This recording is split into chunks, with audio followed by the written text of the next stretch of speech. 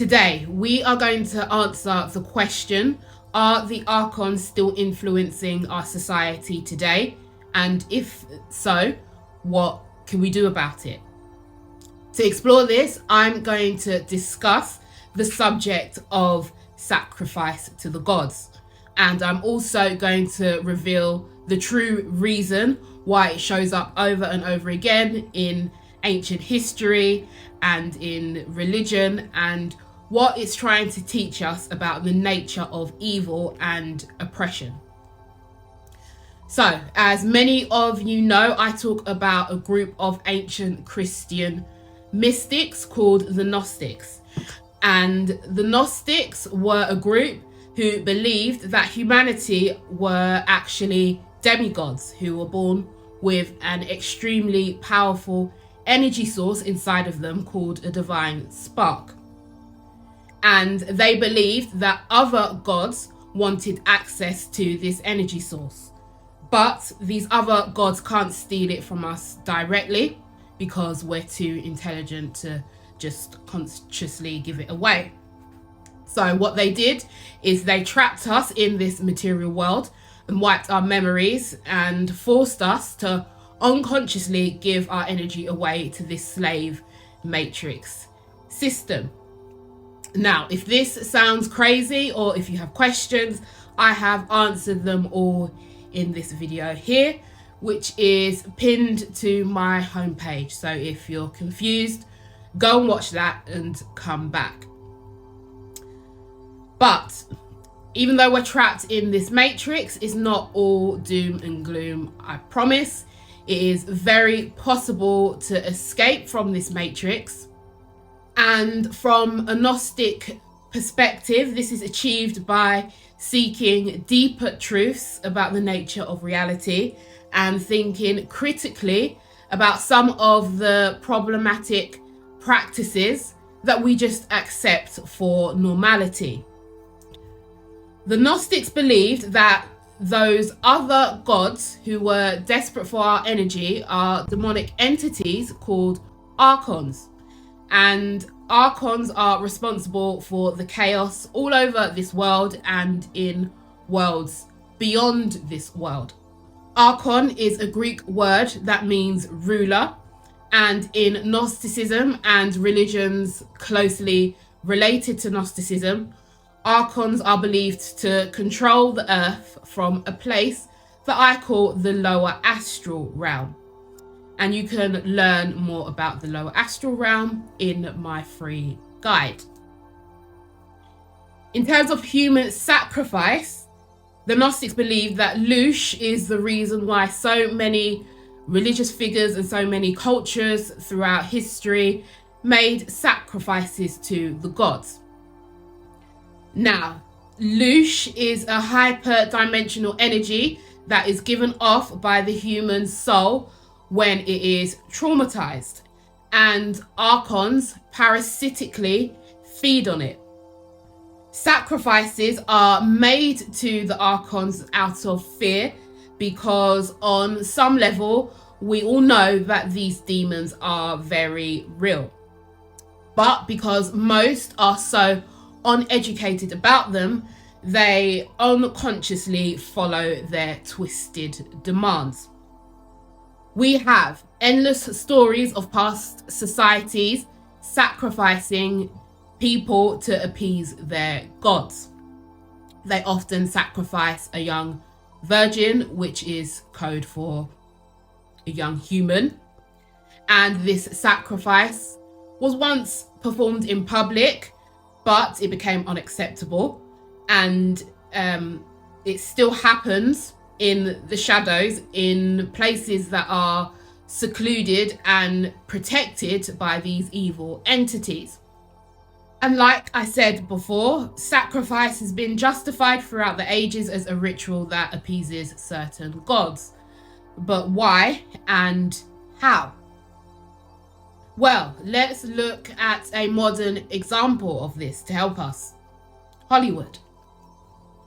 Now, the purpose of Hollywood is to negatively program the perception of the masses. And many of its famous screen stars and entertainers are both predators and prey to this demonic industry. And the gods of Hollywood say to this young, aspiring, talented person, okay, so you want to be a star, you want to be a singer, you want to be a rapper, you must do X, Y, and Z, or be excluded from the club. And these poor young people who usually have no choice, they're usually extremely financially desperate, or they have parents who are possessed by these demons and will do anything for money because they are desperate. What they do is they force their kids to sign on the dotted line and become a child star, and we all know what happens to those poor babies after that. In a spiritual sense, these Archons who control the world need low vibrational human emotions that are based around fear to survive.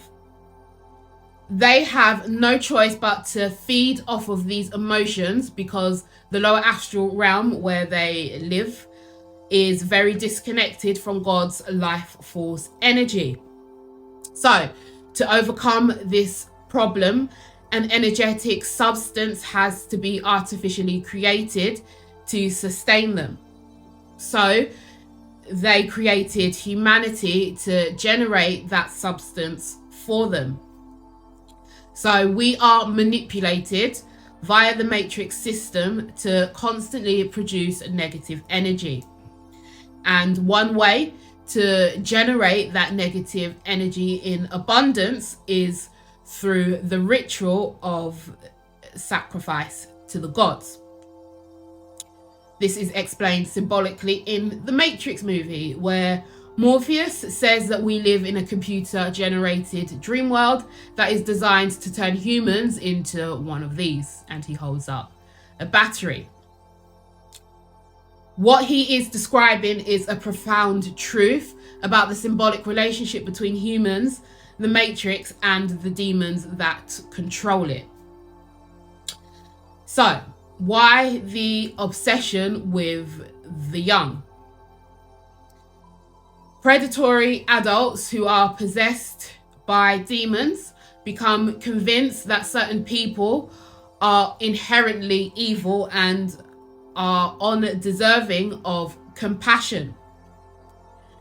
These people are usually young or vulnerable or innocent, and violating such individuals allows demons to tap into the energy field of what spiritual people call the root chakra that is at the bottom of our spine. This is not to say that chakras are bad in any way, but this process drives predatory people's urges and perceptions and convinces them to act in a way that lacks empathy. So I always say that modern psychology calls it narcissism, but I just call it demon possession. So I have written a story to illustrate this further.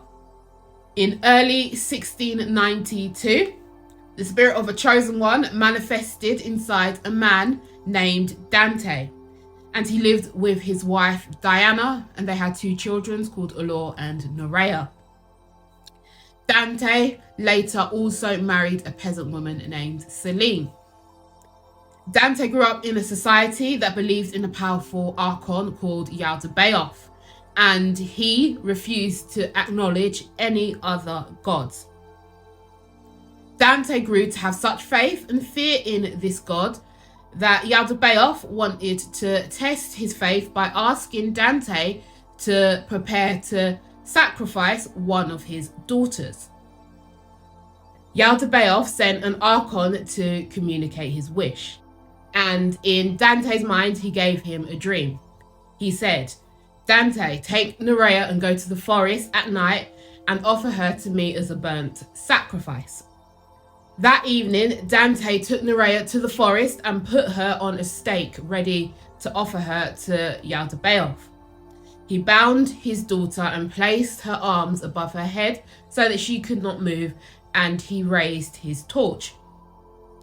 Sophia, Yaldabaoth's mother and the goddess of wisdom, was silently observing this in the shadows. She saw that Dante was a chosen one, but his fear warped his perception so much that he was willing to sacrifice his own daughter on command. Sophia sat and waited, watching and expecting Yaldabaoth to intervene and stop the madness, but he did nothing. Sophia felt that the fear of Yaldabaoth had affected Dante's mind to the point of insanity, such that he would do anything that Yaldabaoth placed in his mind, no matter how unreasonable. Sophia viewed this as unjustifiable and unnecessary. The child was innocent, and his sacrifice would serve no purpose except to satisfy Yaldabaoth's sick desire to exploit power over his followers. Sophia's sense of justice kicked in, and she walked out of the shadows and manifested in the form of a handmaiden. She called out to Dante in a commanding voice and said, "Dante, what is it that you think you are doing to your child? Stop right now." Dante stopped and placed the torch down. He reached onto the ground and picked up 7 stones, and he threw them at Sophia. Sophia pretended to be hurt by the rocks and ran back to the village where Dante's wives, Diana and Selene, were. She cried, "Dante has gone mad. He is about to sacrifice your daughter to a demon." The 2 wives' eyes opened with awe and disbelief, and they dropped what they were doing and they went to the forest. Sophia led them to where Dante held Norea captive. Diana stood frozen with fear at the sight of Dante leaning towards the stake with the torch, ready to harm their daughter. But Selene ran towards Dante and tried to take his torch. Dante overpowered Selene and threw her to the ground. He then turned around towards Sophia and picked up 7 more rocks and threw them at her. And she pretended to be hurt again and went back into the shadows. Dante raised the torch for a 3rd time, and the spirit of Sophia entered into the mind of Norea, and she immediately realized that her life was in danger. She said, "Why are you trying to sacrifice me, Father? What have I done to deserve this?" Dante paused and held his torch back from the stake, but then he heard the voice of Yaldabaoth in his mind. The fear of him overrode any compassion he had for his child, and he placed the torch at the bottom of the stake, ready to light her up in flames. Then Sophia emerged from the shadows and knelt beside Norea to distract Dante from completing his task. Dante then picked up another 7 stones and cast them towards Sophia, and she fled and vanished into the shadows. This time, she discarded her human form because she felt like she needed to do something more dramatic to stop the madness. Dante was about to light the stake again when Sophia manifested in her angelic form, and she said to Dante, "Now, I know you fear your God," and she firmly held his hand, causing him to drop the torch. Believing that Yaldabaoth sent Sophia, Dante released his hand. Sophia then vanished into the shadows and waited and observed in secret. Yaldabaoth was furious at Sophia for her intervention, and to show that he knew what she was doing, he sent a goat to the area. Yaldabaoth then said to Dante, "Dante, you have passed the test, and I know that you were willing to fulfill my command. Sacrifice this scapegoat instead of your daughter, because I know that you fear me." and Dante did as he was told. Sophia knew that Yaldabaoth's intention to have the sacrifice of the scapegoat was to symbolize Sophia's death. And she now understood that her son's intention was to test the blind faith and fear of certain humans so that he could choose them to have descendants and establish control through the earthly regions of the planet. And Nerea lived, and she grew, and she went on to have a life that did not include her father. And as time went by, his wives and his other daughter did not forgive Dante's behavior, and they left him.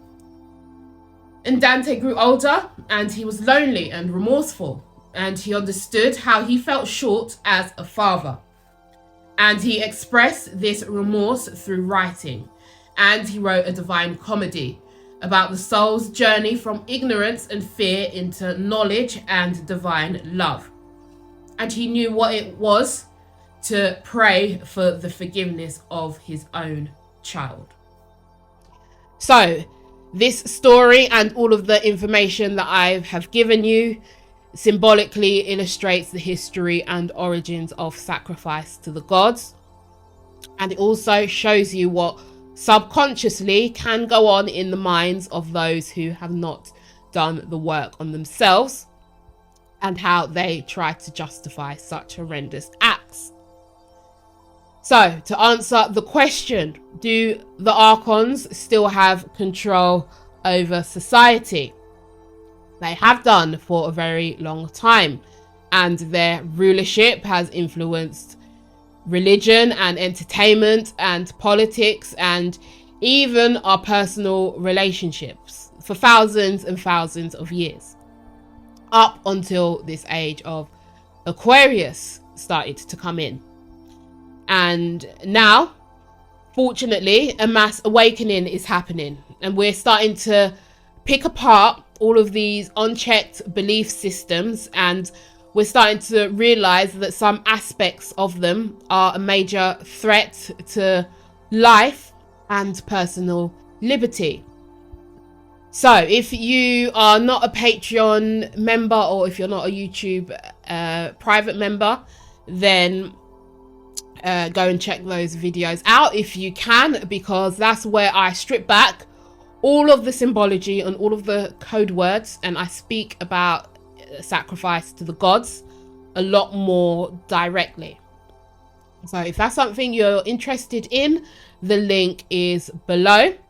In my next video, I will be talking about the shadow side of believing that this world is only an illusion and a matrix, which I know I speak about all the time, but I want to give you the other side of that too, because my intention is never to have your perception be skewed by my videos. I want to give you all of the information on these subjects so that you can make a decision on your own, and so that your thoughts don't just become an echo chamber of my opinions. Also, if you haven't already, go and watch this video, which is the first video in this series, where I reveal the hidden history of how oppressive rulers strategically erased ancient teachings and suppressed our intuition so that they could get away with causing all of this chaos in the first place. Thank you for sticking with me to the end. I really appreciate you. I hope this video has reminded you to protect yourself always, and stand up for others, and put your safety and happiness first at all costs, because you are more than worth it. I love you so much, and I will see you in the next video.